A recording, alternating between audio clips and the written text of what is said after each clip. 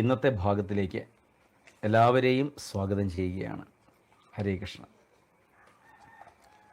സംസാരസാഗരേ മഗ്നം ദീനം മാം കരുണാനിധേ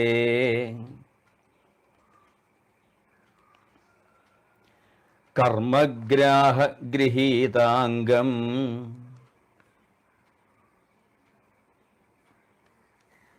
സമുദ്ധര ഭവാർണവാൽ ശ്രീമദ്ഭാഗവതാഖ്യോയം പ്രത്യക്ഷ കൃഷ്ണ ഏവ ഹി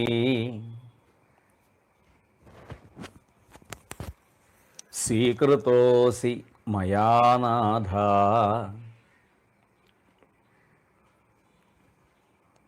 മുക്ത്യർത്ഥം ഭവസാഗരേ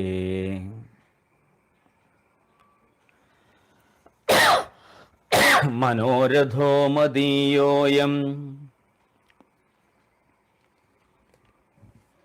സഫലഃ സർവഥാ ത്വയാ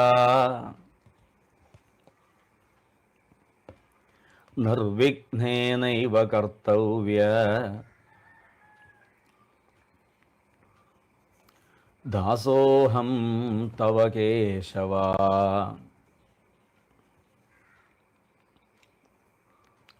ശുകരൂപ പ്രബോധജ്ഞ സർവശാസ്ത്രവിശാരദ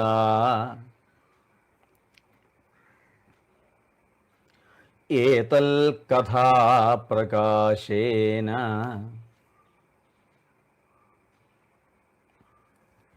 മദജ്ഞാനം വിനാശയ.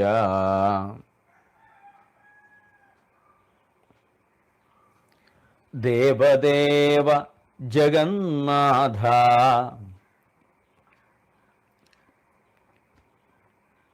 പുണ്യശ്രവണകീർത്തന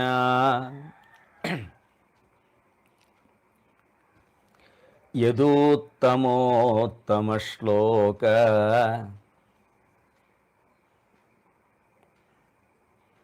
നാരായണ നമോസ്തുതേ.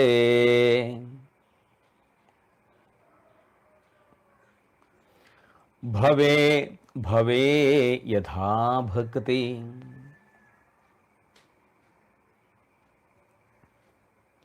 പാദയോസ്തവ ജായത്തെ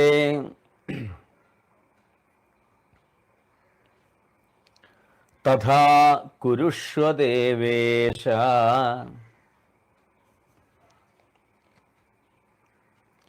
നാഥസ്ത്വം നോ യത പ്രഭോ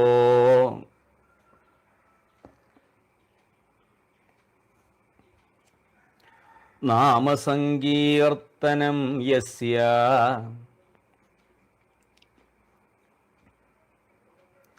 സർവപാപ പ്രണാശനം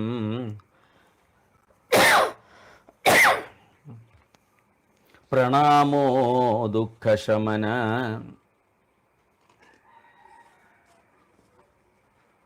തം നമാമി ഹരിം പരം.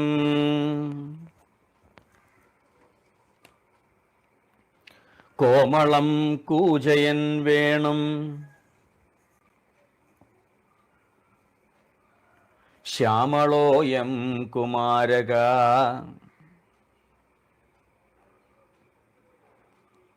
വേദവേദ്യം പരം ബ്രഹ്മ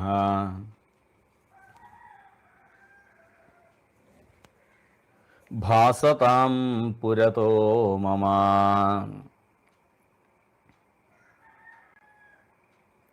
സർവമംഗളമംഗല്യേ ശിവേ സർവാർത്ഥസാധികേ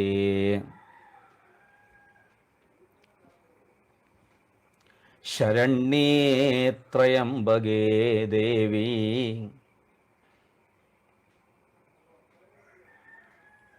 നാരായണി നമോസ്തുതേ.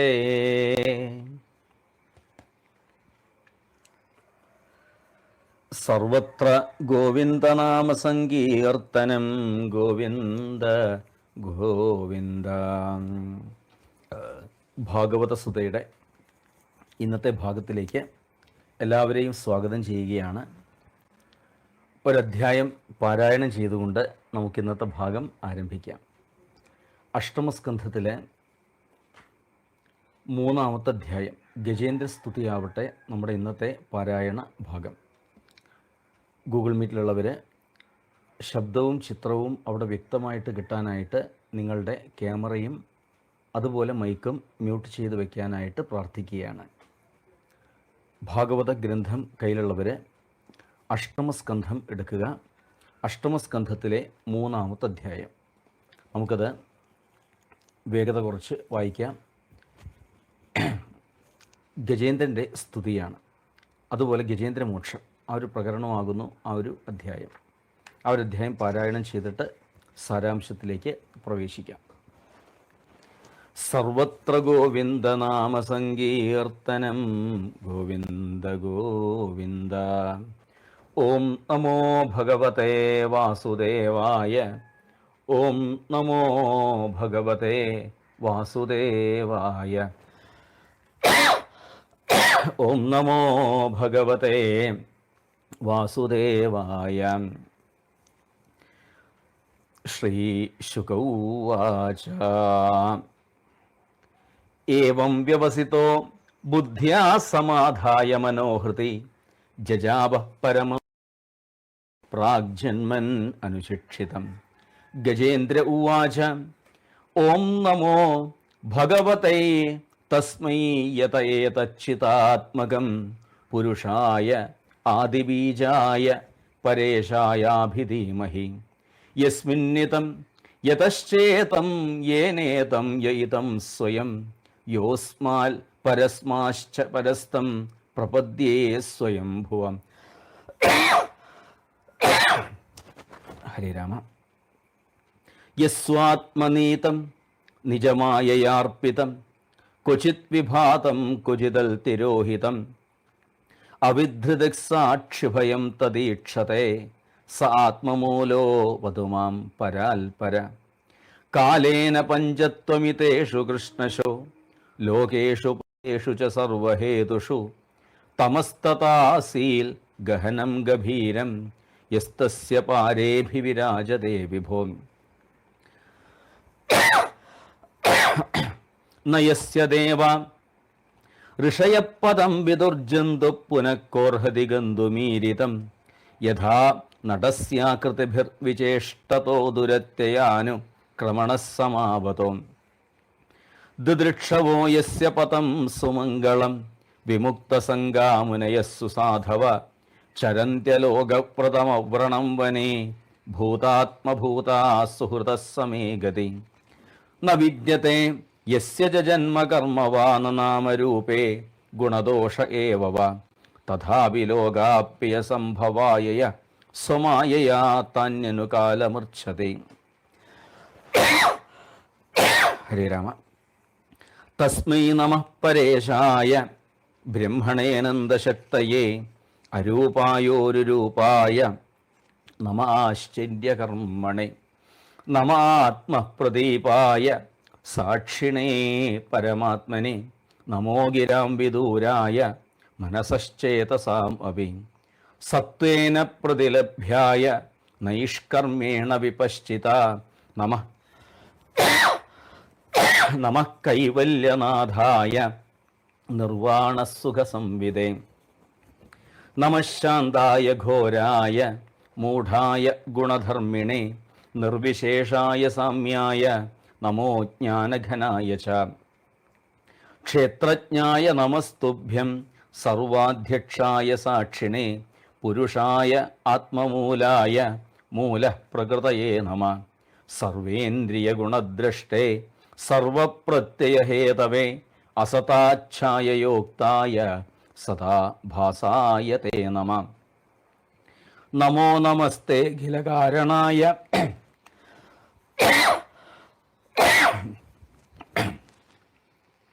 നമോ നമസ്തേ അഖിലകാരണായ നിഷ്കാരണായ അത്ഭുതകാരണായ സർവാഗമാംനായ മഹാർണവായ നമോപവർഗായ പരായണായ ഗുണാരണിച്ഛന്നചിതുഷ്മപായ തൽക്ഷോഭവിസ്ഫൂർജിതമാനസായ നൈഷ്കർമ്മ്യഭാവേന വിവർജിതാഗമ സ്വയം പ്രകാശായ നമസ്കരോമി.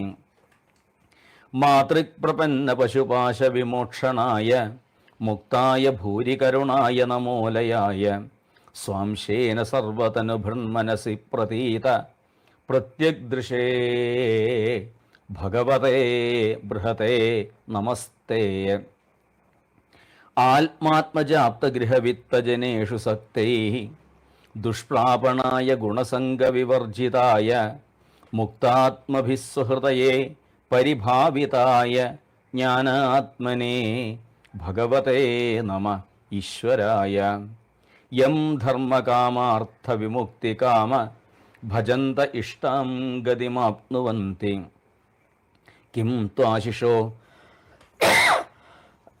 കിം ത്വാശിഷോരാത്യപി ദേഹമവ്യയം കരോതു മേദഭ്രതയോ വിമോക്ഷണം. ഏകാന്തിനോ യസ്യ ന കഞ്ചനാർത്ഥം വാഞ്ചന്തി യേ വൈ ഭഗവൽ പ്രപന്നാഃ അത്യത്ഭുതം തൽചരിതം സുമംഗളം ഗായന്ത ആനന്ദസമുദ്രമഗ്നാം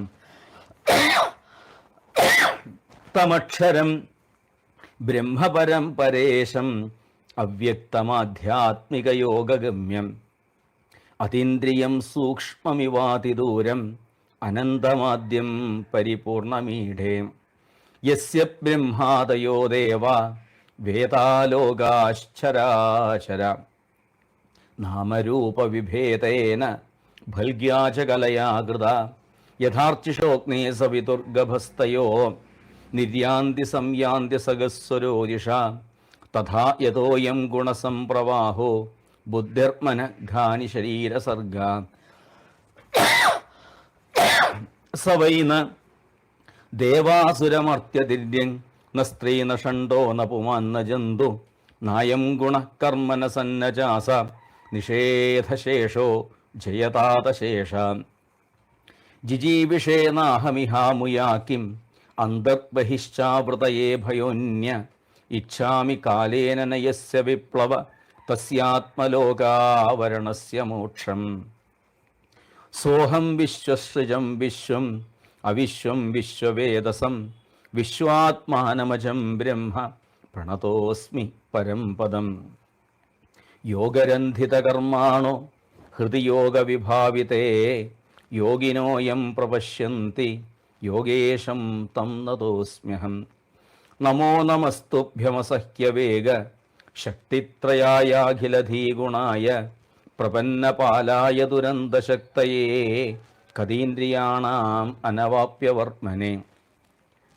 നായം വേതസ്വമാത്മാനം യൽ ശക്ത്യാഹം ധിയാഹതം തം ദുരത്യയമാഹാത്മ്യം ഭഗവന്തമിതോസ്മ്യഹം. ശ്രീശുക ഉവാച ഏവം ഗജേന്ദ്രമുപവർണിത നിർവിശേഷം ബ്രഹ്മാദയോ വിവിധലിംഗഭിതാഭിമാന നൈതേ യതോപസസപൻ അഖിലാത്മകത്വാൽ തത്രാഖിലാമരമയോ ഹരിരാവിരാസീൽ. സർവത്ര ഗോവിന്ദനാമസങ്കീർത്തനം ഗോവിന്ദ ഗോവിന്ദ. തം തദ്വദാർത്ഥമുപലഭ്യ ജഗന്നിവാസ സ്തോത്രം നിശമ്യ ദിവിജൈ സഹ സംസ്തുവദ്ഭി ഛന്ദോമയേന ഗരുഡേന സമുഹ്യമാന ചക്രായുധോഭ്യഗമതാശു യഥോ ഗജേന്ദ്ര. സോന്ദസ്സരസ്യുരുബലേന ഗൃഹീതാർത്തോ ദൃഷ്ട്വാ ഗരുത്മതിഹരിം ഗൗപാത്തചക്രം ഉൽക്ഷിപ്യ സാംബുജകരം ഗിരമാഹ കൃഷ്ണാൻ. നാരായണ അഖിലഗുരോ ഭഗവൻ നമസ്തേ. നാരായണ അഖിലഗുരോ ഭഗവൻ നമസ്തേ. നാരായണ അഖിലഗുരോ ഭഗവൻ നമസ്തേ. തം വീക്ഷ പീഡിതമജസഹസാവതീര്യ സഗ്രാഹമാശു സരസകൃപയോജ്ജഹാര ഗ്രഹാത് വിപാഠിതമുഗാത് ഹരിണാഗജേന്ദ്രം സംപശ്യതാം ഹരിരമൂമുജുശ്രിയാണാം. ഇതി ശ്രീമദ്ഭാഗവതേ മഹാപുരാണേ പാരമഹംസ്യാം സംഹിതായാം അഷ്ടമസ്കന്ധേ മന്വന്തരാനുചരിതേ ഗജേന്ദ്രോപാഖ്യാനേ തൃതീയോധ്യായ. സർവത്ര ഗോവിന്ദനാമസങ്കീർത്തനം. ഗോവിന്ദ ഗോവിന്ദ. ഹരേ നാരായണ ഹരേ നാരായണ ഹരേ. പിബത ഭാഗവതം. ഭാഗവത സുധയുടെ ഇന്നത്തെ ഭാഗത്തിലേക്ക് ഏവരെയും സ്നേഹാദരവോടുകൂടിയിട്ട് സ്വാഗതം ചെയ്യണം. പ്രിയ ബന്ധുക്കളെ, ഭാഗവത പ്രേമികളെ, ഭഗവത് സ്വരൂപങ്ങളായിരിക്കണ ഏവരെയും ഈ ഉള്ളവൻ ഇവിടെ ഇരുന്ന് നമസ്കരിക്കുന്നു മനസ്സ്. ഇന്ന് അഷ്ടമസ്കന്ധമാണ് നമുക്ക് ആരംഭിക്കാനുള്ളത്. അഷ്ടമസ്കന്ധത്തിൽ 2 കഥകളെന്ന് നോക്കാം. പറ്റുകയാണെന്ന് വെച്ചാൽ 3 കഥകൾ നോക്കാം. എന്താ വെച്ചാൽ പരസ്പരം ബന്ധമുള്ളതാണ്. അതുകൊണ്ട് ഏതൊക്കെ ആ 3 കഥകൾ? ഒന്ന് ഗജേന്ദ്രമോക്ഷം, അത് കഴിഞ്ഞ് പാലാഴി മഥനം, പിന്നീട് ശങ്കരമോഹനം. ശങ്കരമോഹനം പറ്റിയാൽ ഇന്ന് നോക്കാം, അല്ലെങ്കിൽ നാളത്തേക്കത് മാറ്റിവെക്കാം. നമ്മൾ ഇതുവരെ കേട്ടതിനെ ഒന്ന് മനനം ചെയ്തിട്ട് അഷ്ടമത്തിലേക്ക് പോകാം. കാരണം എന്താ വെച്ചാൽ കഴിഞ്ഞു പോയത് മറക്കാൻ പാടില്ല. അപ്പോൾ കഴിഞ്ഞു പോയതിനെ ഇടയ്ക്കൊന്ന് ഓർക്കുന്നത് വളരെ നല്ലതാണ്. അപ്പോൾ പ്രഥമസ്കന്ധം കൊണ്ട് നാം മനസ്സിലാക്കി. ആ പ്രഥമം കൊണ്ട് എന്താ മനസ്സിലാക്കേണ്ടത്? ശിഷ്യൻ്റെ അധികാരത്തെ പറ്റിയാണ് മനസ്സിലാക്കേണ്ടത്. എന്താ വെച്ചാൽ അധികാരി അല്ലെങ്കിൽ ജ്ഞാനം ശോഭിക്കില്ല. അതാണ് പ്രഥമസ്കന്ധത്തിലൂടെ നമുക്ക് പഠിക്കാനുള്ളതായിരിക്കുന്ന ഒരു പാഠം. ഇനി ദ്വിതീയ സ്കന്ധത്തിലാണെങ്കിലോ ഗുരുവിൻ്റെ യോഗ്യതയെക്കുറിച്ച് ആ ദ്വിതീയ സ്കന്ധം പറഞ്ഞു തന്നു. ജ്ഞാനം ഉണ്ടാവണം എന്ന് ദ്വിതീയം പറഞ്ഞു. അപ്പോൾ ചുരുക്കം പറഞ്ഞാൽ ജ്ഞാനത്തെ പറ്റിയിട്ട് ഈ ദ്വിതീയ സ്കന്ധം സംസാരിക്കുന്നുണ്ട്. ഇനി അടുത്തത് ഈ തൃതീയ സ്കന്ധമാണ്. തൃതീയ സ്കന്ധത്തിൽ നാം മനസ്സിലാക്കേണ്ടത് എപ്രകാരമാണ് ഈ ജ്ഞാനത്തെ സാധാരണ മനുഷ്യ ജീവിതത്തിൽ നമുക്ക് പ്രയോജനപ്പെടുത്താനായിട്ട് സാധിക്കുക. ശ്രദ്ധിക്കണേ, എന്നുവെച്ചാൽ ജ്ഞാനം ഉണ്ടായാൽ മാത്രം പോരാ. ഇത് വേണ്ട രീതിയിൽ, അതായത് ആവശ്യത്തിന് വേണ്ട രീതിയിൽ കൈകാര്യം ചെയ്യാനുള്ളതായ ഒരു മനസ്ഥിതി കൂടി നമുക്കുണ്ടാവണം. മനസ്ഥിതി എന്നല്ല, അത് അറിഞ്ഞിരിക്കണം എന്നർത്ഥം. അപ്പോൾ തൃതീയ സ്കന്ധം വിശേഷേണ കപിലോപദേശത്തിലൂടെയൊക്കെ ഭാഗവതം നമുക്ക് പറഞ്ഞു തരണം. എന്താ വെച്ചാൽ എപ്രകാരമാണ് ഈ ജ്ഞാനത്തെ ജീവിതത്തിൽ നമുക്ക് പ്രയോജനപ്പെടുത്താൻ സാധിക്കുക എന്ന് ഈ തൃതീയ സ്കന്ധം നമുക്ക് പറഞ്ഞു തന്നു. ഇനി ചതുർത്ഥത്തിലേക്ക് കയറി കഴിഞ്ഞാലോ, ആ ജ്ഞാന സാധനയിലൂടെ പുരുഷാർത്ഥത്തെ സമ്പാദിക്കണം. അപ്പോൾ ഈ പുരുഷാർത്ഥത്തെ സമ്പാദിക്കണമെങ്കിൽ എന്താണ് ഈ പുരുഷാർത്ഥങ്ങൾ എന്നറിയണം. അപ്പോൾ ആ പുരുഷാർത്ഥങ്ങളെ ധർമ്മ, അർത്ഥ, കാമ, മോക്ഷം. അപ്പോൾ ഈ പുരുഷാർത്ഥങ്ങളെ വളരെ ഭംഗിയിൽ ചില കഥകളിലൂടെ ഭാഗവതം നമുക്ക് പറഞ്ഞു തന്നു, ഈ ചതുർത്ഥത്തിലൂടെ പറഞ്ഞു തന്നു. ഇനി പുരുഷാർത്ഥ സമ്പാദനത്തിന് ശേഷം നാം എവിടെ വേണം നിൽക്കാൻ, എങ്ങനെയാണ് നമ്മുടെ തുടർന്നുള്ള ആ ജീവിതം കൊണ്ടുപോകേണ്ടത്, ഇത് കാണിച്ചു തരാണ് പഞ്ചമസ്കന്ധം സ്ഥാനം എന്ന ലക്ഷണത്തിലൂടെ. ജ്ഞാനിയായ ഒരു പരമഹംസൻ്റെ കഥ പറയുന്നുണ്ട് അല്ലേ? ആരാ? ഋഷഭദേവൻ്റെ കഥ പറയുന്നുണ്ട്. ഒരു ഭാഗവത പരമഹംസനെ കുറിച്ച് സൂചിപ്പിക്കുന്നുണ്ട്. അതാരാ? ഋഷഭപുത്രനായിരിക്കുന്ന ഭരതൻ്റെ കഥ അവിടെ നാം കേട്ടതാണ്. അപ്പോൾ ഇതൊക്കെ ഈ പഞ്ചമസ്കന്ധത്തിലൂടെ നാം മനസ്സിലാക്കി. ആ ഒരു ചര്യ ജീവിതത്തിൽ ഉണ്ടായിരിക്കണം എന്ന് അർത്ഥം. എങ്കിൽ മാത്രമേ ഒരു പുഷ്ടി ഉണ്ടാവുകയുള്ളൂ. ആ പുഷ്ടിയാണ് ഷഷ്ഠസ്കന്ധം എടുത്തു കാണിക്കുന്നത്, പോഷണം എന്ന ലക്ഷണത്തിലൂടെ. അപ്പോൾ നല്ലൊരു പുഷ്ടി, നല്ലൊരു പോഷണം ഉണ്ടായിക്കഴിഞ്ഞാൽ അകത്ത് വാസനാബലം ഒന്ന് വികസിച്ചുകൂടായികയില്ല. അപ്പോൾ എന്താണ് വാസന? ഏതേത് വാസനകളാണ് ഈ മനസ്സിനെ നന്നായിട്ട് സ്വാധീനിക്കുന്നത്? ഈ കാര്യങ്ങളൊക്കെ ആര് പറഞ്ഞു തരുന്നുണ്ട്? സപ്തമസ്കന്ധം പറഞ്ഞു തരുന്നുണ്ട്. ഈ വാസനയെക്കുറിച്ച് നന്നായിട്ട് പറഞ്ഞു തരുന്നുണ്ട് ഈ സപ്തമസ്കന്ധം. അപ്പോൾ അതുവരെയുള്ള ഭാഗങ്ങളാണ് നാം ഇന്നലെ വരെ കേട്ടത് അല്ലേ. നരസിംഹാവതാര കഥയൊക്കെ കേട്ടു, സപ്തമസ്കന്ധം, പിന്നീട് വർണ്ണാശ്രമധർമ്മങ്ങളെയൊക്കെ വർണ്ണിക്കുന്നുണ്ട്. അതെല്ലാം കഴിഞ്ഞ് 15 അധ്യായത്തോട് കൂടിയിട്ട് സപ്തമസ്കന്ധം അവിടെ അവസാനിക്കുകയാണ് ചെയ്യുന്നത്. ഇനി അടുത്തത് അഷ്ടമാണ്. അപ്പോൾ സപ്തമസ്കന്ധത്തിലൂടെ ഈ വാസനയെ മനസ്സിലാക്കി. സദ്വാസനയുണ്ട്, ദുർവാസനയുണ്ട് എന്ന് പറഞ്ഞു. അതിൽ സദ്വാസന പ്രഹ്ലാദനിലൂടെയും ഈ ദുർവാസന ഹിരണ്യകശിപുവിലൂടെയും കാണിച്ചു തന്നു. അവിടെ പറയുകയും ചെയ്തു, പ്രഹ്ലാദനാവാൻ പറ്റിയിട്ടില്ല എങ്കിൽ സാരമില്ല, ഹിരണ്യകശിപു ആവാതിരിക്കാൻ നന്നായിട്ട് ശ്രദ്ധിച്ചാൽ മതി. ഇനി ഈ സർവ്വവാസനകളും അസ്തമിച്ചെങ്കിൽ മാത്രമേ ഈശ്വരനോട് ചേരാനായിട്ട് സാധിക്കുകയുള്ളൂ. അപ്പോൾ രണ്ടും ഇല്ലാത്ത അവസ്ഥ ഉണ്ടാവണം. അപ്പോൾ എങ്ങനെയാണ് ഈ വാസനയെ ഇല്ലാതാക്കി തീർക്കുക, ആ വാസനാനാശം എങ്ങനെ കൈവരിക്കാം എന്ന് അഷ്ടമസ്കന്ധം നമുക്ക് പറഞ്ഞു തരുന്നുണ്ട്. സൂത്രങ്ങളാണ് പറഞ്ഞു തരുന്നത്. എന്താ ഈ സൂത്രം എന്ന് പറഞ്ഞാൽ? വലിയൊരു കാര്യം ചുരുക്കത്തിൽ പറയണതിനാണ് ഈ സൂത്രം എന്ന് സാധാരണ പറയുക അല്ലേ. അപ്പോൾ 4 സൂത്രങ്ങൾ അഷ്ടമസ്കന്ധം നമുക്കായിട്ട് പറഞ്ഞു തരുന്നുണ്ട്. അപ്പോൾ ഏതൊക്കെയാണ് ആ 4 സൂത്രങ്ങൾ, ആ 4 വഴികൾ അഥവാ 4 ഉപായങ്ങൾ? അത് പറഞ്ഞിട്ട് അഷ്ടമത്തിലേക്ക് നമുക്ക് പ്രവേശിക്കാം. പ്രിയപ്പെട്ടവരെ, മനസ്സ് വയ്ക്കണം, ശ്രദ്ധയുണ്ടാവണം. നോക്കണേ. അപ്പോൾ ഒന്നാമതായിട്ട് വേണ്ടത്, ജീവൻ ഈശ്വരങ്കിൽ നിന്ന് അകന്നു കഴിഞ്ഞ വാസന വികസിക്കും. ഇത് മനസ്സിലാക്കുക. അപ്പോൾ ജീവൻ ഈശ്വരങ്കിൽ നിന്ന് എത്രത്തോളം അകലുന്നുവോ അത്രത്തോളം അകത്ത് ഈ വാസനാ വികാസം ഉണ്ടായിക്കൊണ്ടേയിരിക്കും.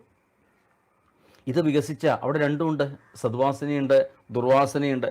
അപ്പോൾ ഈ വാസനാ വികാസം നിമിത്തം പല പ്രാരബ്ധങ്ങളിലും ചെന്ന് ചാടിക്കൂടായികയില്ല. അപ്പോൾ വേണ്ടത് എന്താ? ആ അകൽച്ചയെ ഇല്ലാതാക്കി തീർക്കുക. അപ്പോൾ ഈശ്വരനായിട്ട് അടുത്തു കഴിഞ്ഞ വാസന ഇല്ലാതായിട്ട് തീരും. അവിടെ വാസനാനാശം സംഭവിക്കും. ഇത് ഒന്നാമത്തെ സൂത്രം. അപ്പോൾ ജീവൻ അകലും തോറും വാസന കൂടും, അടുക്കും തോറും വാസന കുറയും. ശ്രദ്ധിക്കണേ, ഇതാണ് മനസ്സിലാക്കേണ്ടത്. ഒന്നുകൂടെ പറയാം. എന്താ പറയണത്?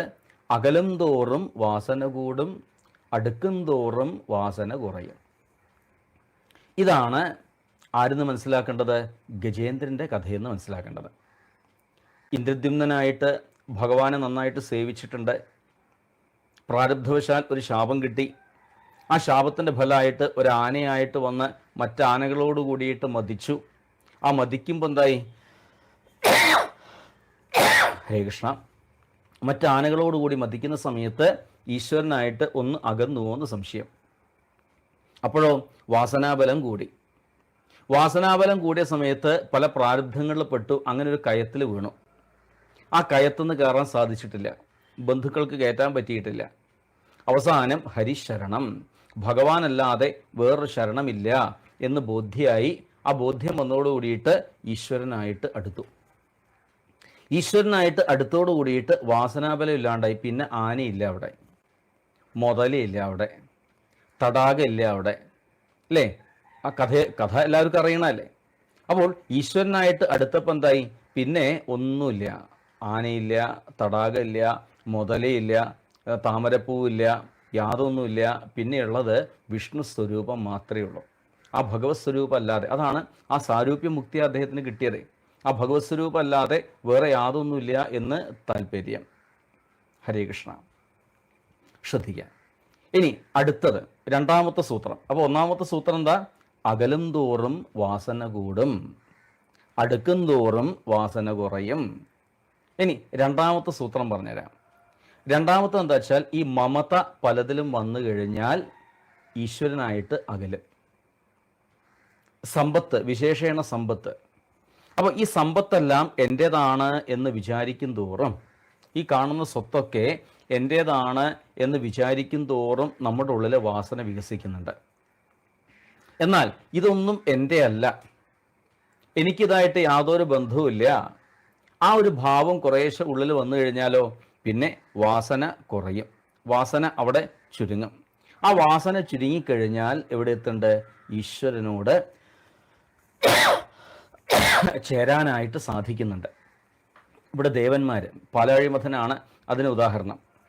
ദേവന്മാർ ആദ്യം നന്നായിട്ട് അഹങ്കരിച്ചിട്ടുണ്ട്. ഇതൊക്കെ അവരുടെ ആണെന്ന് വിചാരിച്ചു. അങ്ങനെ വിചാരിച്ചിട്ടാണ് ഒരു സന്ദർഭത്തിൽ ദേവേന്ദ്രൻ ആ പാരിജാത പുഷ്പത്തിൻ്റെ മാല എടുത്തിട്ട് ഐരാവതത്തിൻ്റെ കണ്ഠത്തിലൊക്കെ ഇട്ടത്, അലക്ഷ്യമായിട്ട് ഇട്ടത്. അത് ശാപത്തിന് കാരണമായിട്ട് തീർന്നു. അവസാനം എല്ലാം നഷ്ടപ്പെട്ടു. എല്ലാം നഷ്ടപ്പെട്ടപ്പോൾ എന്തായി? ഹരിശരണം. എല്ലാം നഷ്ടപ്പെട്ടപ്പോഴാണ് ഹരിശരണം, ഹരി അല്ലാതെ, ആ ഭഗവാനല്ലാതെ വേറൊരു ശരണമില്ല എന്ന് മനസ്സിലായത്. അപ്പോഴും നമ്മൾ എന്താ മനസ്സിലാക്കേണ്ടത്? ഈ കാണുന്ന ഭൗതികമായിട്ടുള്ള സ്വത്തുക്കളിൽ സമ്പത്തിൽ മമത വെച്ച് കഴിഞ്ഞാൽ എൻ്റേത് എന്ന ഭാവം എത്ര കാലം വരെ നാം വയ്ക്കുന്നുവോ അത്രയും കാലം ഈശ്വരനായിട്ട് അകൽച്ചയുണ്ടാവും. എന്നാൽ അതില്ലാതായി കഴിഞ്ഞാൽ ആ ഭഗവാനോട് നന്നായിട്ട് അടുക്കാൻ സാധിക്കും എന്ന് പാലാഴി മഥന കഥ നമ്മളെ പഠിപ്പിച്ചു തരിക ചെയ്യണത്. ഇനി മൂന്നാമത്തെ സൂത്രം പറഞ്ഞുതരാം. എത്ര സൂത്രമായി? രണ്ടെണ്ണം കേട്ടില്ലേ? ഇനി മൂന്നാമത്തെ സൂത്രം പറഞ്ഞുതരാം. കഷ്ടകാലത്തിലെങ്കിലും എല്ലാം ആ ഈശ്വരൻ്റെ പാദത്തിൽ സമർപ്പിക്കുക.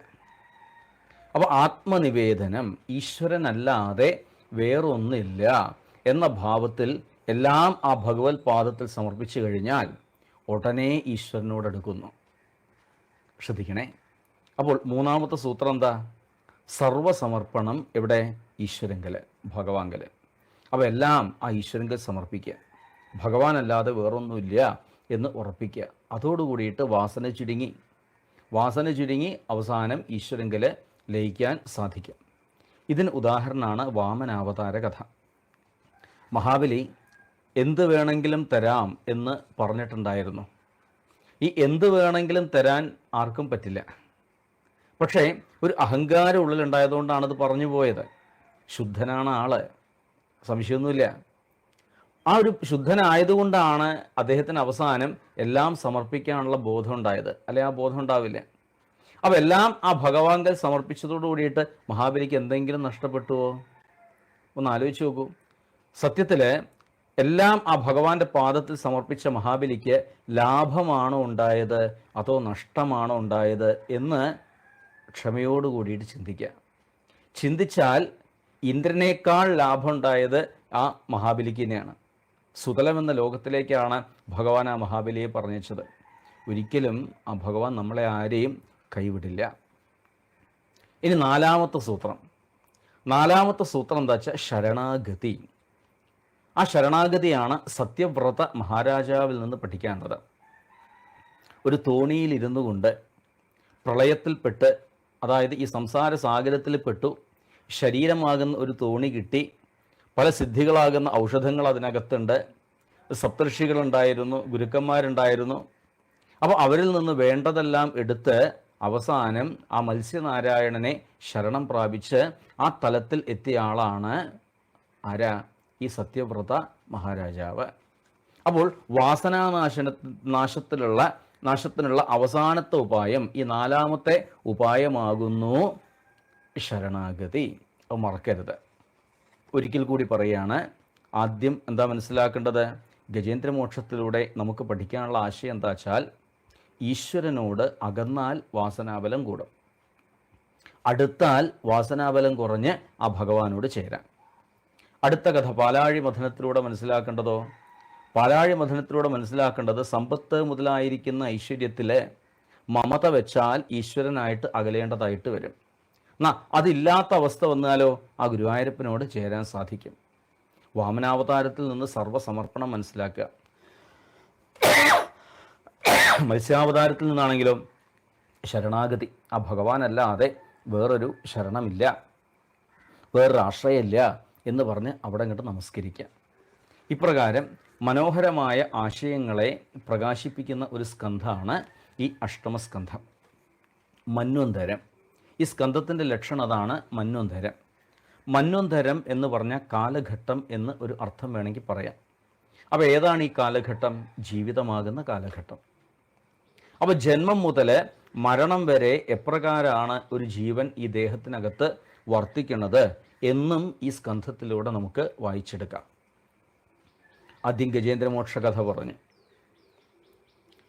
അതിലൂടെ പല വിഷയത്തിൽ പെട്ടാൽ മോചനം നേടാൻ ഒറ്റ മാർഗ്ഗമേ ഉള്ളൂ, ഹരിശരണം. അത് മനസ്സിലാക്കുക. പിന്നീട് അഹങ്കാരം ഉണ്ടാവാൻ പാടില്ല എന്ന സന്ദേശം പാലാഴി മഥനം തരുന്നുണ്ട്. അങ്ങനെ അഹങ്കാരം ഉണ്ടായ എല്ലാം അസ്തമിക്കുകയാണ്.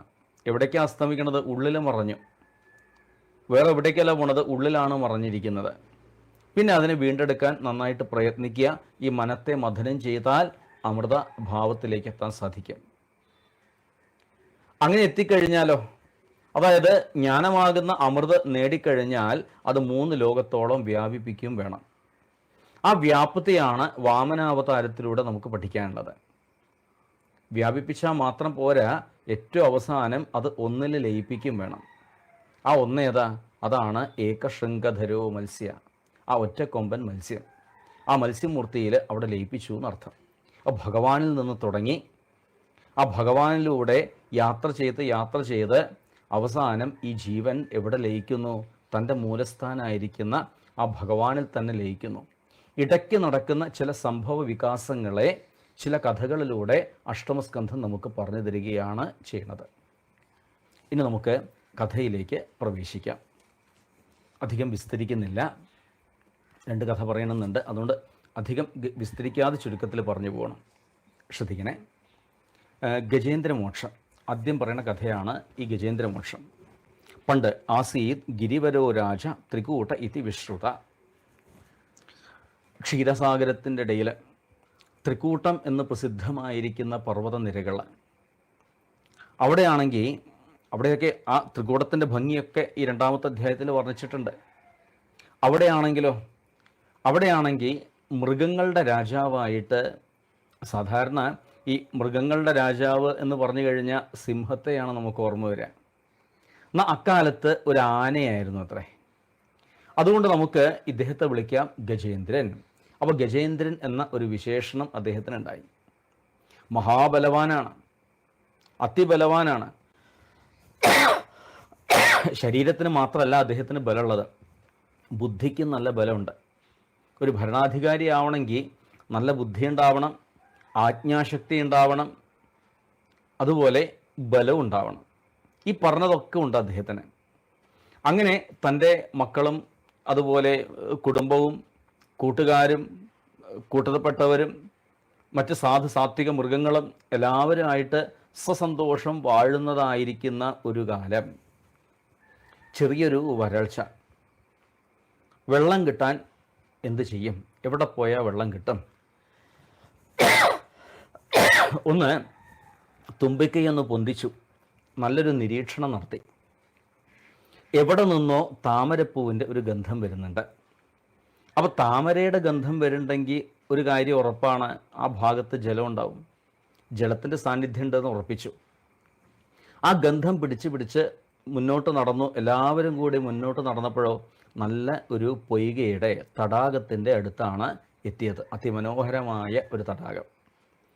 ഈ കൂടെ വന്നവർക്കൊക്കെ വലിയ സന്തോഷമായി. ഹരിരാമ. അങ്ങനെ പിടിയാനകളും കുട്ടിയാനകളും മറ്റു കുട്ടിക്കൊമ്പന്മാരും എല്ലാവരും കൂടി ചേർന്ന് ആ തടാകത്തിൽ അങ്ങോട്ട് ഇറങ്ങി വേണ്ടുവോളം വെള്ളം കുടിച്ചുവോ മതിച്ചുവോ തുമ്പിക്കൈയിലെ വെള്ളമെടുത്ത് ചീറ്റി അങ്ങോട്ടും ഇങ്ങോട്ടും മതിച്ച് കളിച്ച് അവസാനം മതിയായ സമയത്ത് ഇവരെല്ലാവരും കയറി. ഇപ്പോഴോ യോഗ്യനായിരിക്കുന്ന ഈ ഗജേന്ദ്രനാവട്ടെ ക്ഷമയോടുകൂടിയിട്ട് അവരെ നിരീക്ഷിച്ചു കൊണ്ടിരുന്നു. എല്ലാവരും കയറി എന്ന് ഉറപ്പ് വരുത്തിയ സമയത്ത് അവസാനമാണ് ഈ ഗജേന്ദ്രൻ ഇറങ്ങുന്നത്. ഈ ഗജേന്ദ്രനും അതെ, ഈ രാജാവ് ഇറങ്ങിയപ്പോൾ എല്ലാവർക്കും സന്തോഷമായി, കരയ്ക്ക് നോക്കി നിന്നു. ഈ ഗജേന്ദ്രനും അതെ, തൻ്റെ തുമ്പിക്കൈയിൽ വെള്ളം എടുത്തിട്ട് കളിപ്പിക്കാനായിട്ട് രസിപ്പിക്കാനായിട്ട് കൂട്ടക്കാരുടെ ദേഹത്തേക്കൊക്കെ ആ വെള്ളം അങ്ങനെ ചീറ്റി അവരെയൊക്കെ നന്നായിട്ട് രസിപ്പിച്ചു. അവസാനം കുളി കഴിഞ്ഞ് കുറച്ചൊക്കെ നീന്തി കുളിച്ച് ഈ തടാകത്തിന് കയറാനായിട്ട് ഭാവിക്കുന്ന സമയത്ത് മുന്നിലെ 2 കാല് കരയിൽ വെച്ചു, പിന്നിലെ 1 കാലും കൂടി കരയിൽ വെച്ചു.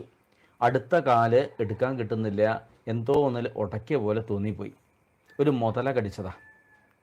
ഈ മുതലയ്ക്കൊരു പ്രത്യേകതയുണ്ട്.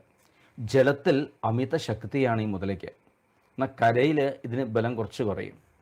ആനയ്ക്കൊരു പ്രത്യേകതയുണ്ട്, വെള്ളത്തിൽ ഇതിന് ബലം കുറയും, എന്നാൽ കരയിലാണെങ്കിൽ അമിത ബലമാണ് ഇതിന്. ഇപ്പോൾ വെള്ളമല്ല കരയുമല്ല അങ്ങനത്തെ ഒരു അവസ്ഥയിലാണ് ആര് നിൽക്കുന്നത്? ഈ ഗജേന്ദ്രൻ നിൽക്കുന്നത്.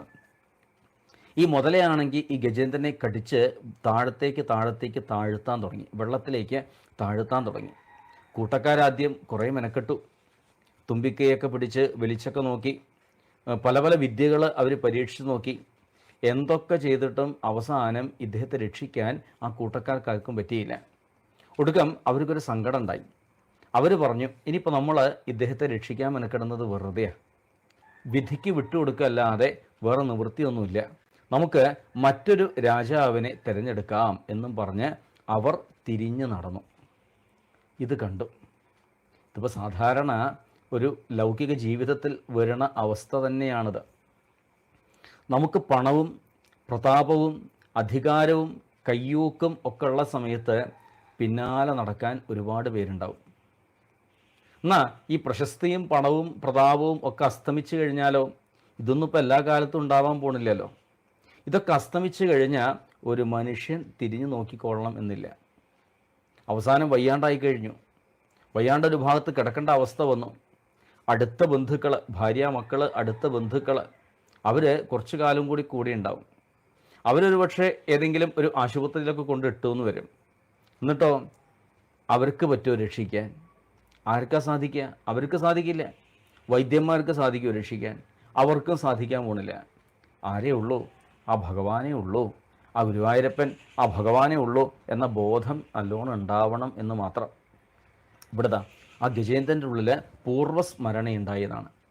അപ്പോൾ കഷ്ടകാലത്തിൽ ആ ഗജേന്ദ്രൻ്റെ ഉള്ളിൽ പൂർവ്വസ്മരണയുണ്ടായി. പെട്ടെന്ന് തൻ്റെ മനസ്സ് പറഞ്ഞു, താൻ ഒരു ആനയല്ല. പണ്ട് ഇന്ദ്രദ്യുമ്നൻ എന്ന രാജാവായിരുന്നു. അന്ന് അനവധിക്കാലം ആ മലയപർവ്വതത്തിലിരുന്ന് ഭജിച്ചിട്ടുണ്ട്. പാണ്ഡ്യാധിപതിയായിരിക്കും താൻ, പാണ്ഡ്യദേശത്തിൻ്റെ അധിപതിയായിരിക്കും താൻ അനവധിക്കാലം ഭജിച്ചിട്ടുണ്ട് ഭഗവാനെ. അന്ന് ഭജിച്ചതായിരിക്കുന്ന സംഗതികൾ ഓരോന്നോരോന്നായിട്ട് ഓർമ്മ വരാൻ തുടങ്ങി ആ ഗജേന്ദ്രന്. ആ പൂർവ്വസ്മരണയുണ്ടായി എന്ന് അർത്ഥം. നോക്കണേ, ഇവിടെ ചെറിയ ഒരു വാസനയുടെ വികാസം. മുമ്പൊരു ദിവസം പറഞ്ഞില്ലേ, വാസന എന്ന് പറഞ്ഞാൽ എന്താണ്? അകത്ത് ഒളിച്ചിരിപ്പുള്ള അതിസൂക്ഷ്മമായ ഓർമ്മ. ആ ഓർമ്മയാണ് വാസന എന്ന് അന്നൊരു ദിവസം പറഞ്ഞിട്ടുണ്ടായിരുന്നു അല്ലേ. അപ്പോൾ താൻ പണ്ട് പഠിച്ചതായിരിക്കുന്ന ആ വേദസൂക്തങ്ങൾ, തിരുനാമങ്ങൾ, ഇതെല്ലാം ഓർമ്മ വന്നു. ആനയുടെ ദേഹത്താണെങ്കിലും ഇതാ ജപിക്കാൻ തുടങ്ങി. ഓം നമോ ഭഗവതേ തസ്മൈ യത ഏതഃ പുരുഷായ ആദിബീജായ പരേശായ അഭിധീമഹി യസ്മിന്നിതം യതശ്ചേതം യേനേതം യ ഇതം സ്വയം യോസ്മാൽ പരസ്മാശ്ച പരസ്തം പ്രപദ്യേ സ്വയംഭുവം. ഓം നമസ്തേ. അവിടുത്തെ നമസ്കരിക്കുകയാണ്. ആരെയാ നമസ്കരിക്കുന്നത്? ചിദാനന്ദ സ്വരൂപിയായിരിക്കുന്ന അവിടുത്തെ പാദങ്ങളിൽ നമസ്കരിക്കുന്നു. ആദിബീജമായിരിക്കുന്ന അവിടുത്തെ പാദത്തിൽ ഇതാ നമസ്കരിക്കണം. എനിക്കിപ്പോൾ അങ്ങയെ നമസ്കരിക്കണമെന്നുണ്ട്, എനിക്ക് അങ്ങയെ പ്രദക്ഷിണം വെക്കണമെന്നുണ്ട്, ധാരാളം അങ്ങയെ സ്തുതിക്കണം എന്നൊക്കെ ഞാൻ ആഗ്രഹിക്കുന്നുണ്ട്. പക്ഷേ എൻ്റെ ആരോഗ്യം അതിനൊന്നും ഇപ്പോൾ സമ്മതിക്കുന്നില്ല. അവസാന കാലത്ത് നമുക്കും വരുന്നതാ. സാരമില്ല, ആരോഗ്യം സമ്മതിക്കുന്നില്ലെങ്കിൽ വേണ്ട, ആ ഒരു മനസ്സുണ്ടായാൽ മതി, എന്നാൽ തന്നെ ഭഗവാന് സന്തോഷമായി. ഇവിടെ ഗജേന്ദ്രൻ സങ്കടത്തോട് കൂടിയിട്ട് പറഞ്ഞു, ഇങ്ങനെയുള്ള ആഗ്രഹങ്ങൾ എൻ്റെ ഉള്ളിലുണ്ട് എങ്കിലും ഇന്ന് ഞാൻ സ്വതന്ത്രനല്ല എന്നാണ്. ഇന്ന് ഞാൻ സ്വതന്ത്രനല്ല. എനിക്ക് സ്വതന്ത്രമായിട്ട് അങ്ങയെ ഭജിക്കാനോ നമസ്കരിക്കാനോ ഒന്നും പറ്റില്ല. കാരണം എന്താ? ഒരു മുതല എൻ്റെ കാലിൽ പിടിച്ച് താഴത്തേക്ക് വലിക്കുന്നുണ്ട്. ഒരു വഴിക്ക് ചിന്തിച്ച നമ്മുടെ അവസ്ഥ ഇതന്നെയാണ്. കർമ്മഗ്രാഹ ഗൃഹീതാംഗം. നമ്മളെ ഓരോരുത്തരെയും ഓരോരോ കർമ്മബന്ധങ്ങളാകുന്ന മുതലകൾ പിടിച്ച് താഴത്തേക്ക് വലിക്കുന്നുണ്ട്. അപ്പോൾ സത്യത്തിൽ നമ്മളാരും സ്വതന്ത്രരല്ല. ആ ഒരു പരിപൂർണ്ണ സ്വാതന്ത്ര്യം നമുക്കില്ല. പക്ഷേ ഈ സ്വാതന്ത്ര്യം ആർക്കാ ഇല്ലാത്തത്? എവിടെയാണ് ഇല്ലാത്തത്? ഈ ദേഹത്തിന് മാത്രമേ ഇല്ലാണ്ടേ ഉള്ളൂ. മനസ്സിനെ ആരും പിടിച്ചു കെട്ടിയിട്ടൊന്നുമില്ല. ഇപ്പം നമ്മുടെ ഒന്നും മനസ്സ് ആർക്കും പണയം വെച്ചിട്ടും ഇല്ല എന്നാണ് തോന്നുന്നത്, അല്ലേ? ആർക്കെങ്കിലും പണയം വെച്ചു ഈ മനസ്സ്? ഇല്ല. ആ അപ്പോൾ എന്ത് ചെയ്യുക, നല്ല മനസ്സ് നിങ്ങൾക്കെല്ലാവർക്കും ഉണ്ട്. ശരീരം കൊണ്ട് പറ്റണില്ലെങ്കിലും എന്ത് ചെയ്യുക, മനസ്സുകൊണ്ട് ഉണ്ടായാൽ മതി. എന്നാൽ തന്നെ ഭഗവാന് വളരെ വളരെയധികം സന്തോഷമായി എന്ന് അർത്ഥം. വേദസ്വരൂപനായിരിക്കുന്ന അവിടുത്തെ തത്വം ഈ ചെറിയ ബുദ്ധിയുടെ ഉടമയായിരിക്കുന്ന ഈ ഉള്ളവന് വ്യാഖ്യാനിക്കാനൊന്നും അറിയില്ല. അറിയണത് പോലെ പലതും ഇവിടെ പറഞ്ഞു സ്തുതിച്ചു എന്നല്ലാതെ അതിൽ അപ്പുറം യാതൊന്നും ഇല്ല അവിടുന്ന്. ഇപ്രകാരമൊക്കെ ഈ ഗജേന്ദ്രൻ അങ്ങോട്ട് സ്തുതിച്ചു. ഓരോരോ സൂക്തങ്ങൾ കഴിയേണ്ട താമസം കുറേശ്ശെ ഈ ഗജേന്ദ്രൻ അങ്ങോട്ട് താഴാനാണ് തുടങ്ങുന്നത്. അവസാനം ദേഹം പകുതിയിൽ കൂടുതൽ വെള്ളത്തിനടിയിലായി. അടുത്ത നിമിഷം കഴുത്തറ്റം വെള്ളമായി. അടുത്ത നിമിഷം അതാ തല മുങ്ങി. ഈ മൂക്കിന് കുറച്ച് നീളമുള്ളതുകൊണ്ട്, ഈ തുമ്പിക്കൈ ഉള്ളതുകൊണ്ട് അതിങ്ങനെ മേലോട്ട് പിടിച്ചിട്ടുണ്ട്. ഇപ്പോൾ ഗജേന്ദ്രനെ കാണാനില്ല, ആനയെ കാണാനില്ല. തുമ്പിക്കൈയുടെ അറ്റം മാത്രം വെള്ളത്തിൻ്റെ മുകളിലേക്കുണ്ടോ സംശയം. എന്തിനാ? ഈ ശ്വാസം കുറേശ്ശെ വലിക്കാൻ. അതുകൂടി നിലച്ച് കഴിഞ്ഞാൽ പിന്നെ ഒന്നും അവിടെ ബാക്കിയില്ല. നോക്കണേ, ശ്വാസം മാത്രം എന്നാണ്. ഓരോ മാനവൻ്റെയും അവസ്ഥ അതന്നെയാണ്. ഈ ശ്വാസം മാത്രം. അപ്പോഴെങ്കിലും അല്ലേ, തനി വിഷയികൾക്ക് അപ്പോഴും തോന്നാൻ പ്രയാസം. അപ്പോൾ അപ്പോഴെങ്കിലും ആ ഭഗവാനെ ഒന്ന് സ്മരിക്കാൻ തോന്നിയിരുന്നു എങ്കിൽ എന്ന് നമുക്കൊക്കെ ആശിക്കാം, പ്രാർത്ഥിക്കാം. ഇവിടെ ഗജേന്ദ്രൻ്റെ ഈ സ്തുതി കേട്ടു. ഭഗവാൻ അവിടെ പ്രത്യക്ഷപ്പെട്ടു. ഏവം ഗജേന്ദ്രം ഉപവർണിത നിർവിശേഷം ബ്രഹ്മാതയോ വിവിതലിംഗഭിതാഭിമാനാഃ നൈതേ യതോപസസുപൻ അഖിലാത്മകത്വാത് തത്രാഖിലാമരമയോ ഹരിരാവിരാസീത്. ഗരുഡാരൂഢനായിക്കൊണ്ട് ഭഗവാനത ആ ഗജേന്ദ്രൻ്റെ മുമ്പിൽ പ്രത്യക്ഷപ്പെട്ടു. ആദ്യം ചെയ്തത് എന്താ വെച്ചാൽ ഭക്തൻ്റെ കാല് പിടിച്ച ആൾക്ക് മുക്തി കൊടുത്തു. ചക്രം കൊണ്ട് ആ മുതലയുടെ കഴുത്താണ്ട് അറുത്തു. ആ മുതലയാവട്ടെ ഒരു ശാപം കൊണ്ട് ആ മുതലയായിട്ട് വന്നത് ഹുഹു എന്ന ഗന്ധർവൻ. ആ ഗന്ധർവ ഭാവത്തിലേക്ക് പോയി. ഇവിടെ ഗജേന്ദ്രനോ ഭഗവാനെ കണ്ടു. എന്താ ഇപ്പോൾ കൊടുക്കുക ഭഗവാന്? ഭഗവാനെ കണ്ടു കഴിഞ്ഞാൽ എന്തെങ്കിലും കൊടുക്കണ്ടേ? ഒന്നും കൊടുക്കാനില്ല. ആ തുമ്പിക്കൈയൊന്ന് ചുഴറ്റിയപ്പോഴാണ് ഒരു താമരപ്പൂവ് ആ തുമ്പിക്കൈയുടെ ഇടയിൽ ഉടക്കി നിന്നത്. ആ താമരപ്പൂവാണെങ്കിലോ തൻ്റെ മസ്തകത്തോളം അങ്ങോട്ട് ഉയർത്തി. ഉൽക്ഷിപ്യ സ അംബുജകരം ഗിരമാഹകൃഷാൻ നാരായണ അഖിലഗുരോ ഭഗവൻ നമസ്തേ. നാരായണ അഖിലഗുരോ ഭഗവൻ നമസ്തേ. ആ ഗജേന്ദ്രൻ ഭഗവാനത് ആ ഗജേന്ദ്രനെ ഒന്ന് സ്പർശിച്ചു. അതോടുകൂടിയിട്ട് ആ രൂപം അവിടെ കാണാണ്ടായി എന്നാണ് ശ്രീമദ് ഭാഗവതം മനോഹരമായിട്ട് പറഞ്ഞു. 4-ാമത്തെ അധ്യായത്തിൽ ഗജേന്ദ്ര ഭഗവത് സ്പർശാല് 6-ാമത്തെ ശ്ലോകം നോക്കുക. ഗജേന്ദ്ര ഭഗവത് സ്പർശാത് വിമുക്ത അജ്ഞാനബന്ധനാൽ പ്രാപ്തോ ഭഗവതോ രൂപം പീതവാസ ചതുർഭുജ.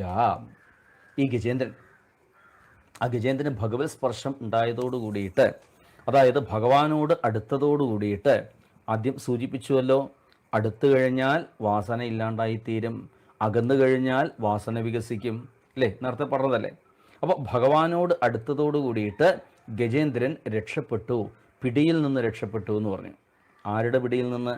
ഒരു മുതലയുടെ പിടിയിൽ നിന്ന് എന്ന് ഭാഗവതം തൽക്കാലം ഇവിടെ പറഞ്ഞിട്ടില്ല. എന്നാൽ ശ്രീമദ് ഭാഗവതം പറഞ്ഞു ഈ ഗജേന്ദ്രൻ രക്ഷപ്പെട്ടു. ആരുടെ പിടിയിൽ നിന്ന് രക്ഷപ്പെട്ടു? അജ്ഞാനത്തിൻ്റെ പിടിയിൽ നിന്ന് ആ ഗജേന്ദ്രൻ രക്ഷപ്പെട്ടു എന്ന് അർത്ഥം. നമുക്കും വാത്സല്യനിധിയായിരിക്കുന്ന ആ ഭഗവാനോട് പ്രാർത്ഥിക്കാം.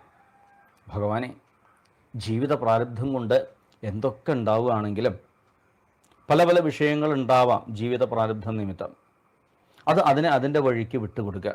പക്ഷേ ഒരിക്കലും താഴരുത്, ഈ വിഷയക്കയത്തിലേക്ക് താഴരുത്. അങ്ങനെ താഴുണ്ടെങ്കിൽ കൈ പിടിച്ച് ഉയർത്തണേന്ന് ആ ഭഗവാനോട് നമുക്ക് പ്രാർത്ഥിക്കാം. അടുത്തത് പാലാഴി മഥന കഥയാണ് ഈ അഷ്ടമസ്കന്ധത്തിൽ പറയുന്നത്. ആ കഥ പറയാം. ഒരിക്കൽ ദുർവാസസ് മഹർഷി, അദ്ദേഹം വൈകുണ്ഠ ലോകത്ത് നിന്ന് വരികയാണ്. കയ്യിൽ ഒരു പാരിജാത പുഷ്പത്തിൻ്റെ മാലയുണ്ട്. ഇദ്ദേഹം വരുന്നത് ദേവലോകത്തേക്കാണ്. അപ്പോൾ ദേവേന്ദ്രൻ കണ്ടു ഈ ദുർവാസാവിനെ കണ്ടപ്പോൾ ദേവേന്ദ്രന് ആകെക്കൂടി പേടിയായി. ഏത് ഭാവത്തിലാണ് ഈ ദുർവാസസ് വരുന്നത് എന്ന് ഇദ്ദേഹത്തിന് അറിയില്ല. എന്താ വെച്ചാൽ രണ്ട് ഭാവേ ഈ ദുർവാസാവിനുള്ളൂ. ഒന്നുകിൽ ദേഷ്യപ്പെട്ട് ശപിച്ചു കളയും, അല്ലെങ്കിൽ സന്തോഷത്തോടു കൂടിയിട്ട് അനുഗ്രഹിക്കും. എന്താ ഉണ്ടാവുക അറിയില്ലല്ലോ. ആകെക്കൂടി പരിഭ്രമിച്ചിട്ട് ദേവേന്ദ്രൻ ഐരാവത്തിൻ്റെ പുറത്ത് താഴേക്ക് ചാടി ഇറങ്ങി. ഓടിപ്പോയിട്ട് ദുർവാസാവിൻ്റെ കാൽക്കൽ വീണ് നമസ്കരിച്ചു. ഭാഗ്യം, സന്തോഷമായി ദുർവാസാവിന്. കയ്യിലുണ്ടായിരുന്ന മാല ഇന്ദ്രൻ്റെ കയ്യിൽ കൊടുത്തു. എന്നാൽ ഇന്ദ്രന് അതൊന്ന് നേരാവണ്ണം എടുത്തു വെച്ചാൽ മതിയായിരുന്നു, തോന്നിയില്ലേ? അപ്പോൾ ദേവേന്ദ്രൻ എന്താ ചെയ്തത്? ഈ മാല എടുത്തിട്ട് ഐരാവതത്തിൻ്റെ മസ്തകത്തിൽ കൊണ്ടിട്ടു. അപ്പോഴോ ഈ ചെറിയ പ്രാണികൾ, ഈ ഈച്ച, തുമ്പി, വണ്ട് എന്നൊക്കെ പറഞ്ഞിട്ടേ ഈ ചെറിയ ഈ പ്രാണികൾ ഈ ആനയുടെ മൂക്കിലും കണ്ണിലും പല ദിക്കിലും ഇരിക്കാൻ തുടങ്ങി. ഇത് വലിയൊരു ശല്യമായിട്ട് തോന്നി ഈ ആനയ്ക്ക്. ഐരാവതം തുമ്പിക്കൈയിട്ട് ഉയർത്തി ആ മാല ആദ്യമായിട്ട് എടുത്ത് ഒരൊറ്റ ഏറ താഴത്തേക്ക്. ഈ ആനകൾക്ക് പ്രകൃതിയായ ഒരു സ്വഭാവമുണ്ട്. ഈ മുമ്പിൽ എന്ത് വീണാലും അത് ചവിട്ടിക്കളയും. ഇവിടെതാ ഇങ്ങനൊരു മാല വീണു.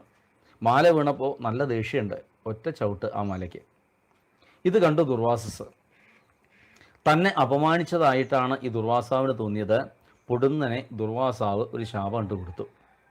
നിങ്ങളുടെ സമസ്ത ഐശ്വര്യങ്ങളും ഇല്ലാതായി തീരട്ടെ, നിങ്ങളുടെ പ്രതാപം ഇല്ലാണ്ടായി തീരട്ടെ, അധികാരം ഇല്ലാണ്ടായി തീരട്ടെ, യൗവനം ഇല്ലാണ്ടായി തീരട്ടെ, ജരാനരകൾ ബാധിക്കട്ടെ, വാർദ്ധക്യം ബാധിക്കട്ടെ എന്നൊക്കെ പറഞ്ഞ് ഉഗ്രശാപം. ശ്രദ്ധിക്കുക, ഈ ദുർവാസാവ് തൻ്റെ ശാപത്തിലൂടെ എന്താ ചെയ്തത്? അഹങ്കാരം വരുന്ന വഴികളെയാണ് ദുർവാസാവ് ഇവിടെ അടച്ചിരിക്കുന്നത്. സാധാരണ ജീവിതത്തിൽ നമുക്ക് അഹങ്കാരം വരുന്ന വഴികൾ ഏതൊക്കെയാണ് എന്ന് ആരെങ്കിലും ചിന്തിച്ചിട്ടുണ്ടോ? ഏതൊക്കെ വഴികളിലൂടെയാണ് നമുക്ക് അഹങ്കാരം വരുന്നത്? പണത്തിൽ അഹങ്കാരം വരാറില്ലേ? പ്രതാപത്തിൽ അഹങ്കാരം വരാറില്ലേ? ഒരു 4 ആൾ അറിയണു എന്ന് തോന്നിക്കഴിഞ്ഞാൽ ആ പേരിലും പ്രശസ്തിയിലും അഹങ്കാരം വരാറില്ലേ? ഇല്ലേ? ബന്ധുബലത്തിൽ അഹങ്കാരം വരാറില്ലേ? ഇങ്ങനെ നോക്കിക്കഴിഞ്ഞാൽ ഒരുപാട് വഴികളുണ്ട്. ഈ അഹങ്കാരം വരുന്ന ഒരുപാട് വഴികളുണ്ട്. അപ്പോൾ ഇവിടെ എന്ത് ചെയ്തു? ഈ വഴികളെയൊക്കെ അടച്ചു. ഈ വഴികളെയൊക്കെ അടച്ചാൽ പിന്നെ അഹങ്കാരത്തിന് അവിടെ സ്ഥാനമില്ല. പെട്ടെന്ന് ഈ ദേവന്മാരുടെ സമസ്ത ഐശ്വര്യങ്ങളും ഇല്ലാണ്ടായി തീർന്നു. വാർദ്ധക്യവും ബാധിച്ചവർക്ക് സഹിക്കാൻ പറ്റിയില്ല. നേരെ പാലാഴിയിലേക്ക് പോയി ഭഗവാനെ കണ്ട് സങ്കടമൊക്കെ പറഞ്ഞു.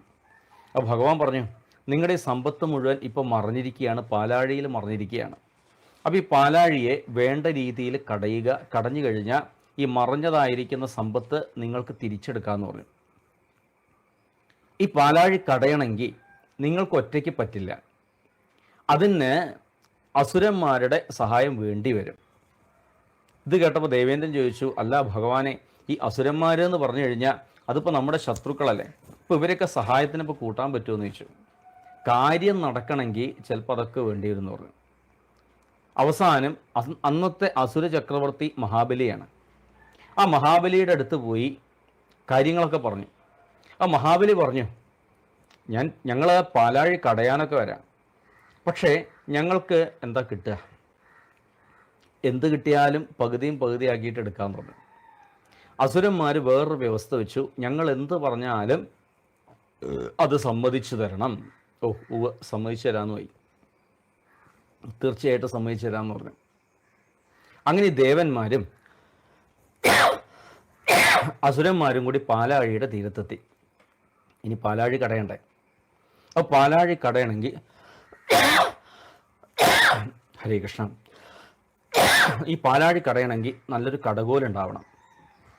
ഇവിടെ കടകോലായിട്ട് നിശ്ചയിച്ചത് മന്ദരപർവ്വതത്തെയാണ്. എടുത്തുകൊണ്ടിരാൻ പറഞ്ഞു മന്ദരപർവ്വതം.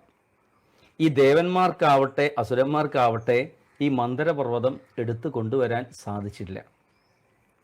ഭഗവാനോ അനായാസേന ഈ മന്ദരത്തെ ഉയർത്തി പാലാഴിയിൽ യഥാസ്ഥാനത്ത് സ്ഥാപിച്ചു. എന്നിട്ടോ കടയാൻ പറഞ്ഞു. നല്ലൊരു കയറ് വേണം. ഇവിടെ കയറായിട്ട് വാസുകിയെ വരുത്തി. ഈ വാസുകി ആ മന്ദരപർവ്വതത്തെ ചുറ്റി. ദേവന്മാര് തലഭാഗം പിടിച്ചു, അസുരന്മാര് വാൽഭാഗം പിടിക്കാൻ പുറപ്പെട്ടു. അപ്പോൾ ഈ അസുരന്മാർക്ക് ഒരു നാണക്കേട്.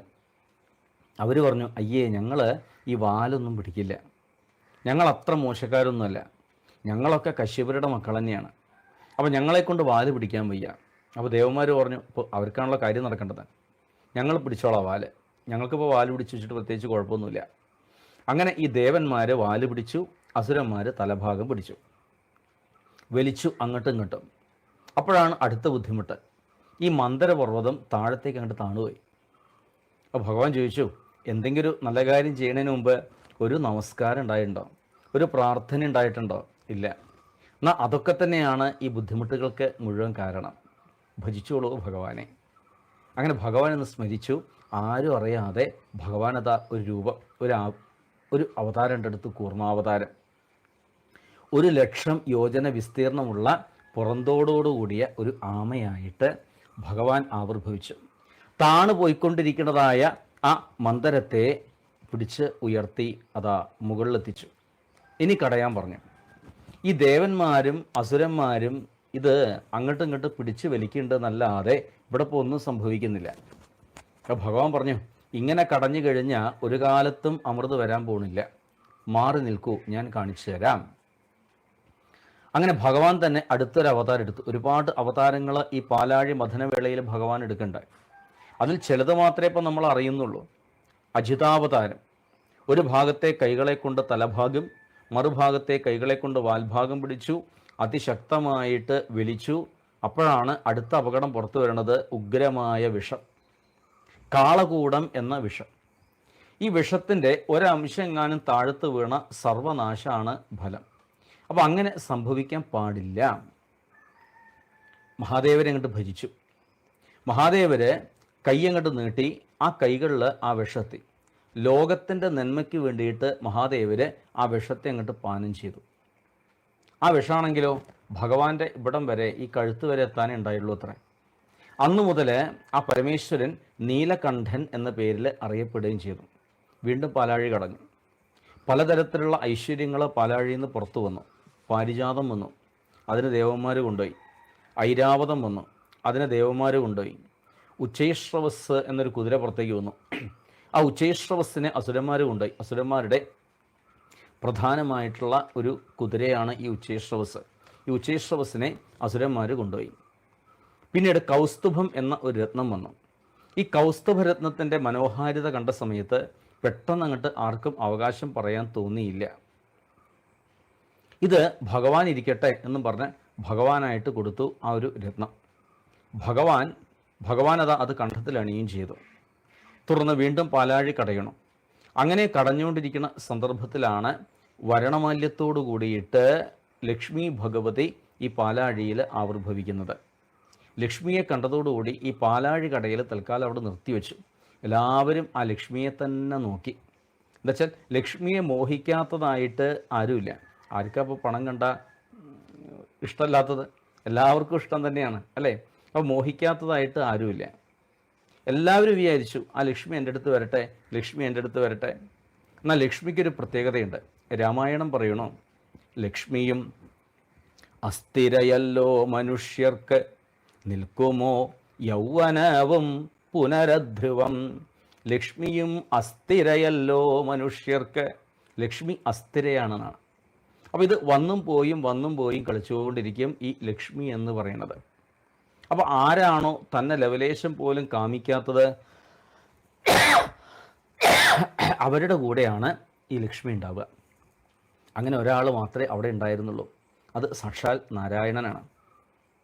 ആ നാരായണൻ്റെ കണ്ഠത്തിൽ ഈ മാല അങ്ങോട്ട് ചാർത്തി അതോടുകൂടി ലക്ഷ്മി നാരായണനായിട്ട് ശോഭിച്ചു ഭഗവാൻ. വീണ്ടും പാലാഴി കടഞ്ഞു. ലക്ഷ്മിയുടെ അനുജത്തിയായിട്ട് ഒരു ദേവത പുറത്തു വന്നു, വാരുണി ദേവി.